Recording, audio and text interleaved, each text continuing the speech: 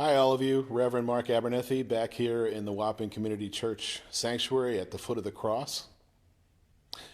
The other night, I was watching TV and there was an interview of a guy by the name of Bootsy Collins. And I couldn't have told you who Bootsy Collins was, except once upon a time in my life, I listened to his music all the time.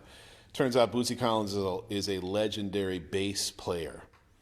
And he played funk music back when funk music was immensely popular, and funk music is still popular to this day. So I used to listen to funk music a fair amount when I was in my teenage years, and it was really fun to see Bootsy Collins and to put a name and a face together.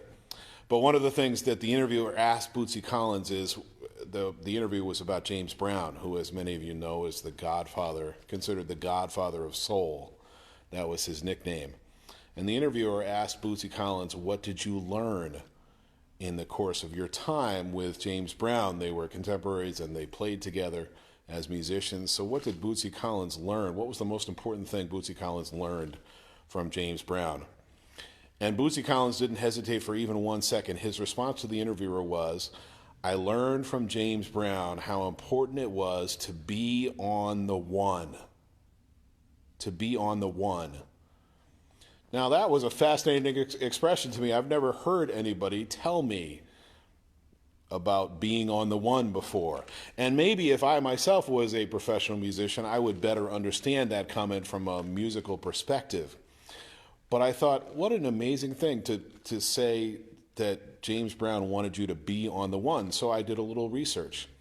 And it turns out that in funk music, it's really important that the bass player and all the other musicians catch the downbeat on the one or the first beat. The first beat is in some ways in funk music the most important beat of them all, and the music flows from the first beat. So the bass player in particular, Bootsy Collins, had to be on the one, according to James Brown, because if you're on the second beat or the third beat or some other beat, the fourth or the fifth beat, then the song is not going to sound right. And actually you'll have to start over, or the song will sound like everybody's making a mistake and not playing the right thing. So I thought to myself, what does it mean to be on the one? And I thought, geez, that's a phrase that has application beyond music.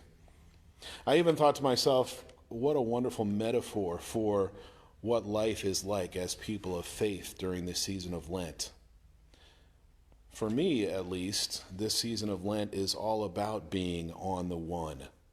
It's about being ready and being prepared for the downbeat when it comes, and not putting things off and not being late to what needs to be done.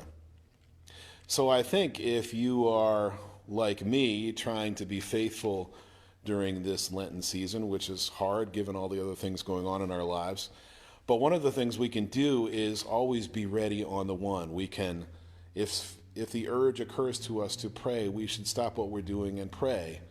If it's important to us at any given time to listen for God's voice, we should stop what we're doing and listen for God's voice.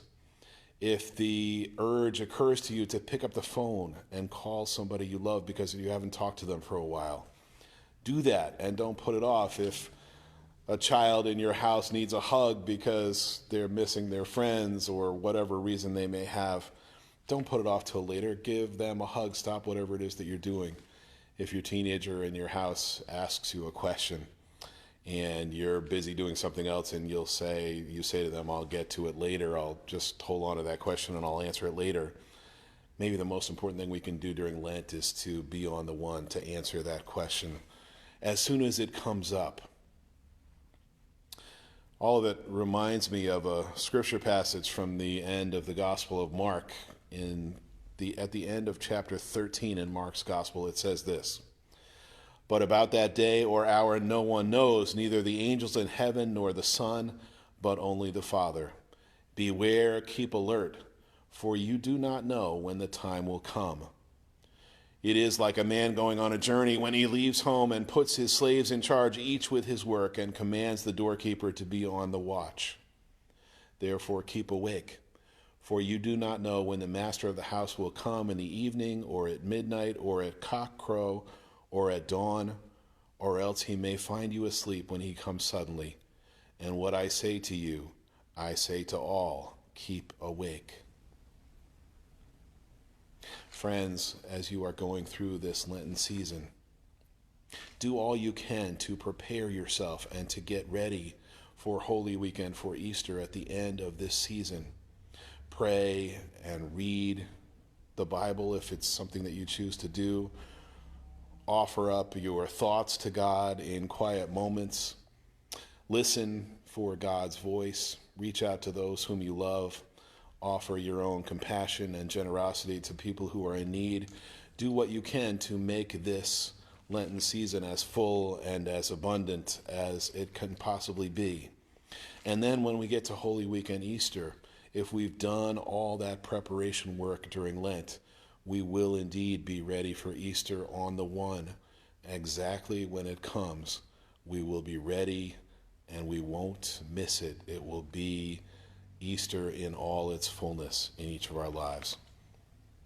So I commend to you then this Lenten season and the idea that all of us might be on the one. Blessings.